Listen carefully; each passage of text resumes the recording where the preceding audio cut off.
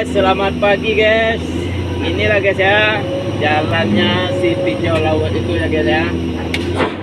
Di sini kita berada di puncak si tinjau laut lewat batas di perbatasan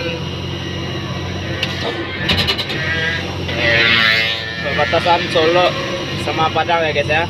Ini kita sudah memasuki lokasi daerah si tinjau laut ya guys ya. Dari sini kita bisa melihat kota Padang deh guys.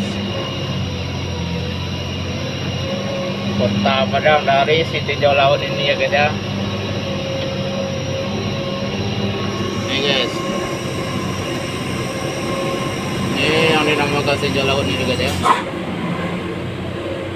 Bagi kawan-kawan yang dari Pulau Sumatera yang bawa mobil truk ya, yang bermuatan berat, sekedar informasi buat teman-teman ya.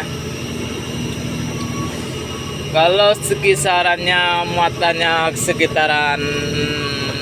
anggaran. Ini saya bawa mobil truk ya, truk tronton batu bara. Dari sini usahakanlah untuk